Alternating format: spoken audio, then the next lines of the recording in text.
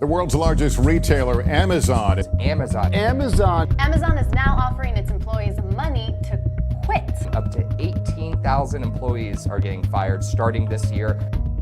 Amazon wants their employees to resign. This might sound counterintuitive, but it's true. It turns out that for Amazon, it's actually beneficial to constantly churn through employees. This is actually one of the main reasons that Amazon treats their employees so poorly. Whether it be exposing warehouse workers to safety hazards, making their drivers pee in bottles, or working tech staff to the bone. Amazon does it all, and it looks like their efforts of creating a terrible working environment are playing out perfectly. In fact, Amazon's turnover rate is so high that they measure it on a weekly basis. Amazon loses approximately 3% of their warehouse workers every single week.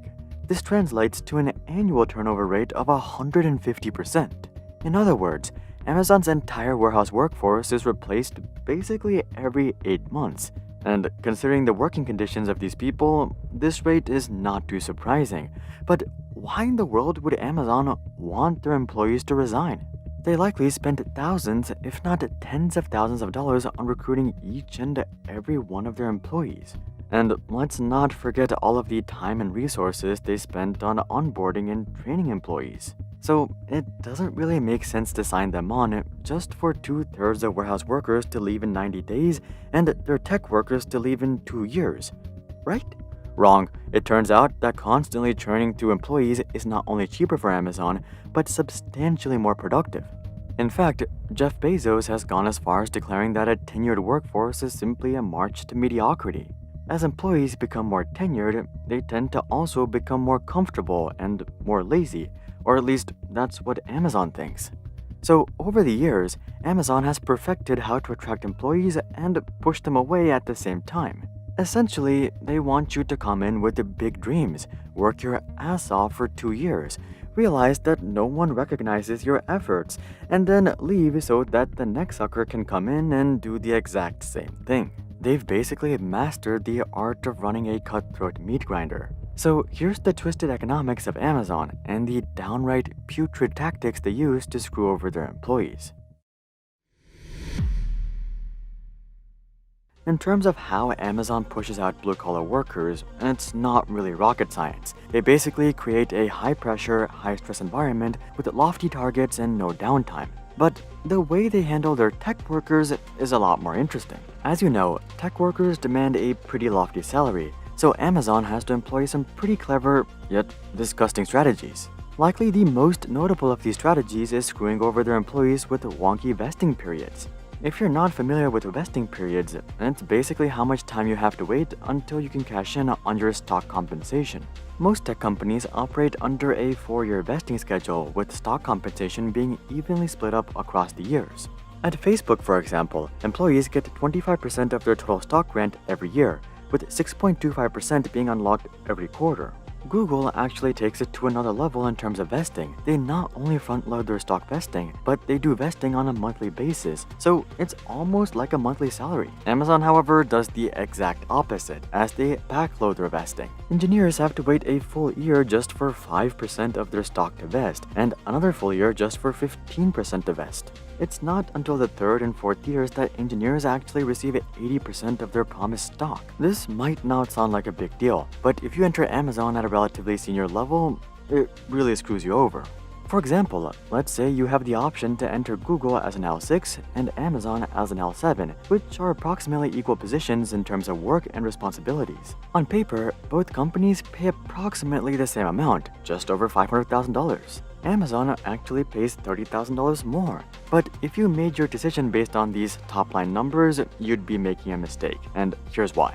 This stock grant number of $318,000 is not something that you receive every year. It's just an average of what you'll receive over the next 4 years. So Amazon is basically offering you $1.27 million for the next 4 years, and it vests according to this schedule. The same thing applies to Google, but given that they have a much more fair vesting schedule, it's not really to your disadvantage. In fact, here's how both jobs break down over 4 years. During year 1, Google pays $611,000, while Amazon pays $306,000. $306,000 is obviously not a bad amount, but it's only half of Google, despite Amazon's compensation seeming like it was actually higher than Google's.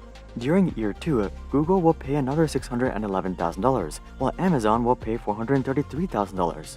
During year 3, Google drops to $506,000 while Amazon rockets to $750,000. And during the last year, Google drops further to $401,000 while Amazon stays constant at $750,000. If you're wondering why Google's compensation drops over the years, it's because they're betting that the stock price will increase by the time you receive it. So when you account for stock growth, your compensation should be relatively stable at Google. Amazon will of course also experience stock growth, so their compensation in the last 2 years will likely be over $1 million. But you can bet that they're gonna do everything they can to push you out in the first 2 years.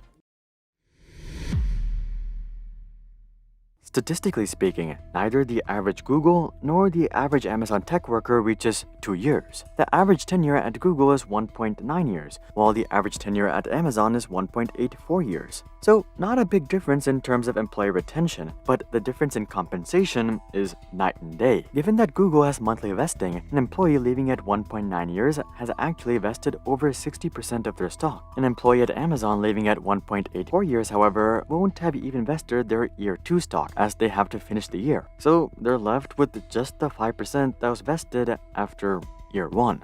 In other words, remember that massive $1.27 million stock grant that Amazon offered you when you joined? Well, the average Amazonian will only end up receiving a mere $63,000 of this. The average Googler would have received $571,000 worth of their stock compensation. When you annualize these numbers along with the base salary and bonus, you'll see that the Googler was earning an effective salary of $611,000, while the Amazonian was only earning $274,000, or less than half of what the compensation appeared to be. Again, you can't really complain with either of these salaries, but you can see just how misleading Amazon's top-line number was. Now, I should note that Amazon sometimes offers a large cash bonus during year 1 to make up for some of this gap, but that only goes so far and doesn't apply to everyone. Why not just stick around for 4 years? Then you'll get the full promised amount, right?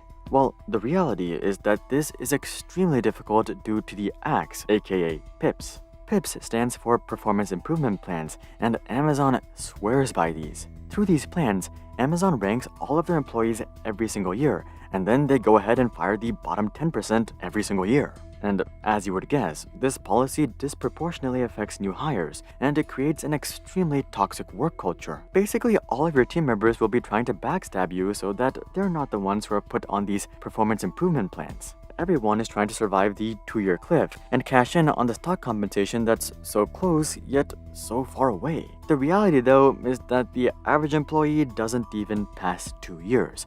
But let's assume that you're part of the lucky few who make it through the full 4 years. Congratulations, you got a big payday, but now Amazon still wants you to leave. If you survive the first 4 years, it's unlikely that they'll put you on a performance improvement plan and force you out that way. But what they will do is severely nerf your pay and hope that you either leave or stay and work for substantially lower pay. Either option is okay with them. How do they do this, you ask? Well, remember that massive stock grant that they offered you when you joined? Well, let's just say you ain't getting that again. If you're lucky, you may get stock refreshers, but that's usually nothing in comparison to your compensation in year 3 and 4. If you were an L7, for example, your compensation will drop from nearly $1 million down to $300,000, and you're expected to maintain the same level of output if you want to continue avoiding the PIPs. By this point though, most remaining Amazonians don't want to put up with this anymore, so if the PIPs didn't get them, the nerfed pay usually does. If things are so unfair at Amazon though, why do people still join? Well, for delivery drivers and warehouse workers, it's often the only job they're able to find. But what about the tech workers? Surely they're smart enough to see through these tricks and do their research, right? Well, they are. Most of them know all about this, but they choose to join anyway because Amazon is oftentimes the only FANG job that they're able to land. Of course, they could go ahead and join a respectable background company like Visa or Oracle, but that won't make the same impact on their career trajectory that Amazon would. You see, no tech worker is putting up with all this just to work on Amazon retail. All the hype for tech workers is to get into AWS or Amazon Web Services. If you're not familiar with AWS, they're the gold standard when it comes to cloud computing and infrastructure. AWS holds a market share of 41.5% in the cloud computing market, which is more than their main competitors combined. Microsoft comes in at 29.4%, while Google comes in at a measly 2.6%. As such, everyone in the cloud space is looking for ex-AWS employees. In fact, many job postings will literally list AWS experience as a minimum qualification. So many tech workers figure that putting up with Amazon is their best shot at potentially landing a job at a non-abusive FAANG company. And more times than not, this actually does work out. Many of the people who leave Amazon after 1.84 years aren't actually getting fired through PIP. Rather, they were offered an opportunity to join Apple or Google's cloud departments. And if you want any proof regarding just how badly these people want to leave Amazon, just look at all the money they're leaving on the table in year 3 and 4. Amazon doesn't take this as an insult though. They're happy to be a springboard for other FAANG companies, as at the end of the day, they're the ones who got the most labor for the cheapest price. And within the tech side of Amazon, I don't think this will be changing anytime soon, but it may be changing on the blue-collar side. You see, when you're a small company and you're churning through a bunch of employees, it's not really a big deal. But when you're at Amazon's size with over 1 million employees, you actually run the risk of running out of people to churn through. And ironically, this is the exact crisis that Amazon has been facing since mid-2021. According to leaked internal research, Amazon will run out of warehouse workers to churn through by 2024, which at this point is only 8 months away. A looming recession may give Amazon some more time, but sooner or later, they'll have to confront the consequences of churning through so many people. In the end, the reason Amazon wants their employees to resign simply comes down to productivity and financials. They believe that the most productive employees are the ones that have just joined or have something to prove. So they structure all of their compensation plans and corporate performance policies around milking out these first few years of productivity for as cheap as possible. Everything from their compensation policy and vesting schedule to their performance improvement plans and work culture is all designed to get engineers to join, but not stay for long. By this point, most engineers are well aware of the harsh reality of Amazon. But Amazon is able to leverage the reputation of AWS to continue recruiting engineers. On the warehouse side of things though, they're up for a massive challenge not too long from now, but only time will tell how they handle this situation, and that's why Amazon wants their employees to resign. Did you know about these clever yet disgusting tactics? Comment that down below.